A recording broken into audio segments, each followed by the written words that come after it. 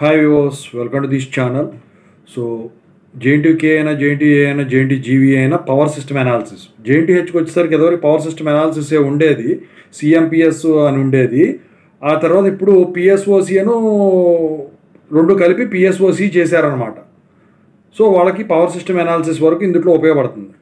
So ఇవి pass అవడానికి చెప్పని చెప్పేసి చాలామంది స్టూడెంట్స్ అడుగుతూ ఉన్నారు. దాని గురించి చెప్పబోయే ముందు అయితే ఇంతవరకు ఛానల్ సబ్స్క్రైబ్ చేసుకున్న ఎవరు ఉంటే సబ్స్క్రైబ్ చేసుకుని వీడియో లైక్ చేసి షేర్ చేయండి. మీకు ఏమైనా డౌట్స్ ఉన్నట్టయితే కాల్ మీ ఫర్ ద్వారా కాల్ చేయండి. తెలుగు ఇంజనీరింగ్ ఎడ్యుకేషన్ టెలిగ్రామ్ ఛానల్లో జాయిన్ అవ్వండి. ఇక టాపిక్లో వెళితే ఏంట్రా బాబు అంటే, ఈ పవర్ సిస్టమ్ అనాలిసిస్లో ముందుగా మీరు నేర్చుకోవాల్సింది ఏదన్నా ఉందంటే ఇక్కడ ఇటరేషన్స్ రావాలండి. ఎందుకంటే మ్యాథమెటికల్ అనాలిసిస్ మొత్తం కూడా ఇక్కడ వచ్చేసరికి అయితే ఇందుట్లో మీకు వచ్చేసరికి ఏంటంటే జనరల్గా ఈ రెసిస్టెన్స్కి యూనిట్స్ ఏంటి ఓమ్స్ కదా, ఇండక్టెన్స్కి హెన్రీస్ కదా, అంటే ఇంపిడెన్స్ కూడా ఓమ్సే. సో అలాగే కెపాసిటర్ ఫెరైడ్స్ ఉంటాయి. సో వీటన్నిటినీ కూడా మీరు ఏం చేస్తారంటే పర్ యూనిట్ క్వాంటిటీస్లో చూపించాలి. పర్ యూనిట్ క్వాంటిటీస్ మీద వెరీ వెరీ ఇంపార్టెంట్ అండి, అది నేర్చుకోవాలి. అలాగే ఆ సింప్లిఫికేషన్ ఏదైతే ఉంటుందో సింగిల్ లైన్ డయాగ్రామ్ నుంచి ఈక్వలెంట్ సర్క్యూట్ రాబట్టడం అదొకటి స్టెప్ బై స్టెప్ నేర్చుకోవాలి మీరు.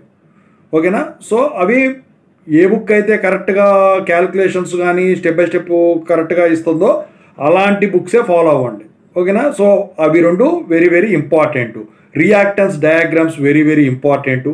ఇక ఆ తర్వాత వచ్చేసరికి graph theory very very important అండి. గ్రాఫ్స్ నెట్వర్క్ టోపాలజీ చదువుంటే కనుక మీకు ఇక్కడ ఈజీ అయిపోతుంది గ్రాఫ్ థియరీ. సో అందులో different types of matrices, incidence matrix అని ఇలాంటివి ఉంటాయి కదా. సో అవన్నీ కూడా ప్రిపేర్ అయితే ఖచ్చితంగా అయితే క్వశ్చన్ వస్తుందండి.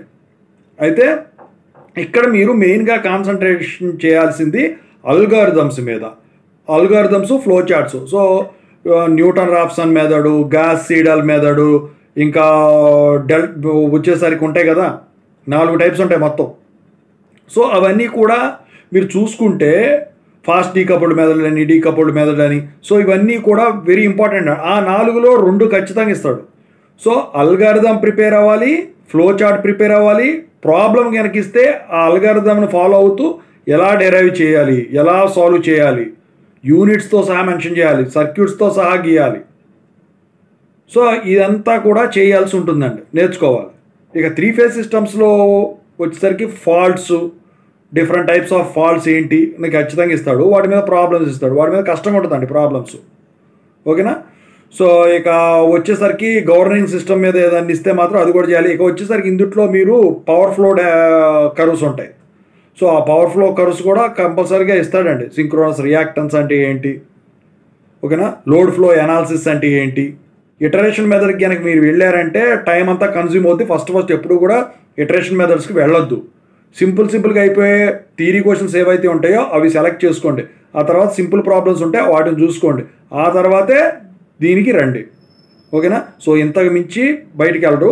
సో ఫాల్ట్స్, సిమెట్రికల్ ఫాల్ట్స్ అంటే ఏంటి, అన్సిమెట్రికల్ ఫాల్ట్స్ అంటే ఏంటి, what are the components, so ఇవన్నీ కూడా. సో ఆ కాంపోనెంట్స్ మీద ఖచ్చితంగా ఇస్తాడండి. జీరో సీక్వెన్స్ కాంపోనెంట్ ఏంటి, పాజిటివ్ సీక్వెన్స్ కాంపోనెంట్ ఏంటి, నెగిటివ్ సీక్వెన్స్ కాంపోనెంట్ ఏంటి, వాటి ఈక్వేషన్స్ ఏంటి.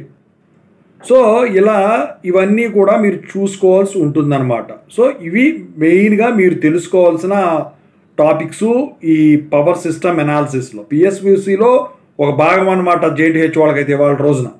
మిగతా వాళ్ళకైతే పవర్ సిస్టమ్ అనాలిసిస్ యాజ్ యూజువల్గా ఉంది. ఇది అటానమస్కి అయినా అంతే, అఫిలియేటెడ్కి అయినా అంతే, ఇలాగే ఉపయోగపడతాయి మీకు. సో రాస్తే మంచి స్కోర్ వస్తుందండి. ఓకేనా? సో ఇవన్నీ కూడా మీరు ఇది చేయాల్సి ఉంటుంది.